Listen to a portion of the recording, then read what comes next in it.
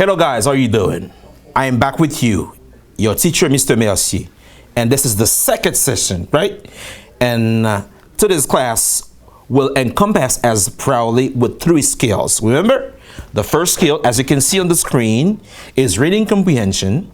The second skill is writing, and we hope to be grammatically correct as before. And the third is writing about the cultural and linguistic aspect of the English language. And the theme remains the same: busy places versus confined areas. But the skill has changed a little bit because today we're going to use the verb wish in context. And let's get started with the first task: presentation of the verb wish in context. The second is check your skill. Practice makes perfect, as you can see on the screen. And the third is write a short paragraph, a little one, as you did before. I hope you did it, in which you will express a wish towards a dear one, or towards a dear person in your family, or as to a friend as well. Let us get started with the passage, the reading passage. Do you live, the title is Big and Busy Places. Do you live in a big city? It is said that living in big cities is expensive because of the high living cost. There are also pollution and traffic problems that make living in big cities unpleasant. However, many people enjoy living in big cities because they offer convenience and countless options for entertainment. Many big cities already have good public transportation systems, which make it easy for the citizens to go anywhere around the city. This also reduces and helps overcome the problem of traffic jams that often occur at peak times. We continue with the text on the third paragraph. Are you ready? Let's go. Staying healthy is everybody's concern, and in big cities you can find the best possible medical care for any diseases, especially the severe ones. Moreover, compared to rural areas, access to medical treatment is easier because there are always clinics or medical centers that are open 24 hours in many parts of the city. There is a saying that says, and I repeat it and I quote it, this big cities never sleep. This is true for some cities in which the nightlife begins just when people in other cities are ready to go to bed. Big cities like New York, Madrid, London, and Paris have vibrant nightlife. People can still find entertainment, dine out, or go shopping into the early hours.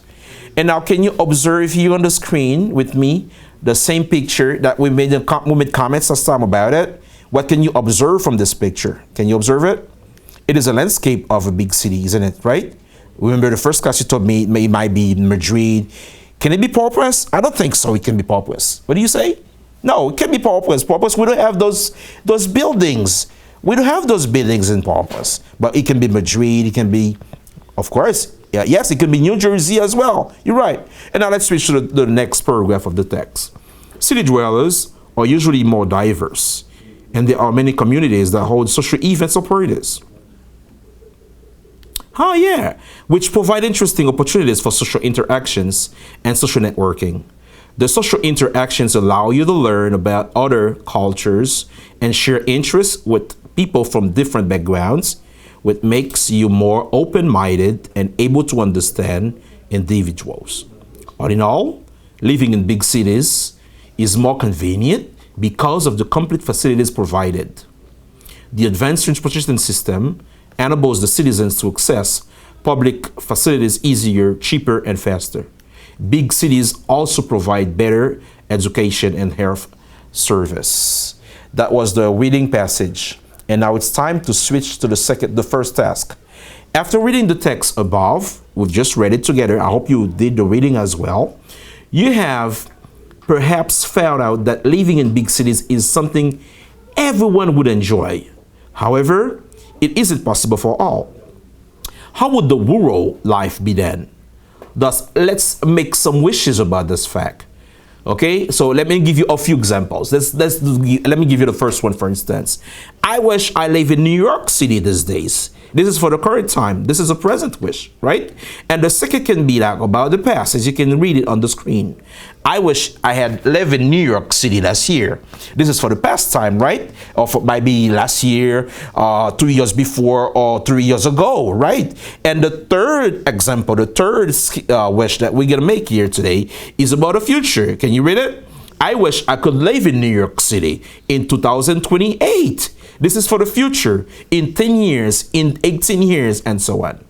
And now let us ask you a few questions. The first question is, what have you noticed in the previous examples? For a wish in the present, you conjugate the verb that follows wish in the past tense. For a wish in the past tense, you conjugate the verb that follows wish in the past perfect. And for a wish in the future, as you could observe from the screen, you conjugate the verb that follows wish in the conditional using would or could. Is that correct to everyone? Okay, so that's all you need to keep in mind whenever you have to use the verb wish in context. I repeat, just put this in mind. For the present tense, after wish, you use the simple past. For present context, you use the simple past. For the past context, you use the past perfect of the verb. And for a future tense or future context, a future frame, you use could or would after the verb wish in context. Is that right? Correct. And now it's time, guys, to switch to some practice. It is about task 2, the second task of today's class. A. Supply the correct tense of the verbs in parentheses. Number 1. My father's wished he, and you have a blank space, the house 2 years ago. And you have to use the verb right in context in the correct tense. Is that clear to everyone? So I'm looking forward. I'm looking forward to your answer. I give you a few seconds just to react on the first one. Which tense would you put right here in the first sentence? My father's wished he, that house 2 years ago. 2 years ago expresses the past tense, isn't it? Doesn't it? Yes, it uses the past context, the past frame. So the verb right is supposed to be conjugated exactly, the past perfect. So you're gonna have my father's wished he had read. Correct. You did a great job. And now let's switch to the second one. I hope you're gonna do the same thing. The students wish they will still have a blank space. And we have the second part of the sentence is back to school after the confinement, and the verb is go. Good.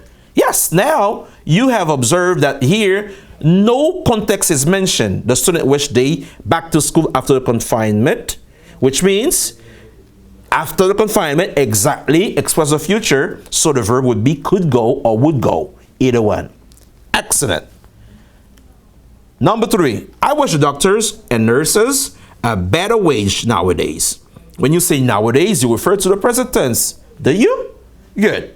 And now the verb is get. Okay. What do you say? Okay, you said I wish the doctors and nurses get a better wage nowadays? No. It is a thumbs down. This one is, instead of get, what could it be? Nowadays is the present tense, exactly. So the verb is supposed to be conjugated in the simple past. So the past tense of get is got. So I wish the doctors and nurses got a better wage nowadays. Very good. Number 4, my nephew wishes he, blank space, does bring the car next year. And the verb is buy. Next year refers to the future. Exactly. So the verb is supposed to be conjugated with could or would. Correct. And then it's going to be, my nephew wishes he could buy this brand new car next year. Exactly. All right. And the last one, the fifth one, number 5 is, one of my friends wish she earned her high school diploma this year. How would you conjugate the verb earn? This year. Exactly. This year is the present context. So earned. You just put the verb earn in earned, which is the past tense or the simple past of the verb. So the sentence would be, one of my friends wish she earned her high school diploma this year. Thank you very much. You did a great job. And let us switch to the second exercise, which is complete the following sentences with your proper words. So I leave you this one. You do this job yourself. And next class, I will make sure to ask you questions and ask you whether you did it. And you will let me know what you found out for the second one, for the second exercise. But in the meantime, let me read it for you very quickly. My further wishes, number 1. Number 2, the students wished. Number 3, I wished I had taken more care. And number 4, the doctor wished he. And number 5, we, Haitians, wish we. Good job. Do your thing home. And let us finish today with the last task, task number 3, which is drafting your own wish. Are you ready to draft your wish? Have you ever made a wish to anyone, any dear one? Like you say, I wish you a happy new year. I wish you a happy season. So let's try to do the same thing now today. Let's make a wish. So here on the screen, you can see there was a pattern. There was a model of a paragraph written by a student.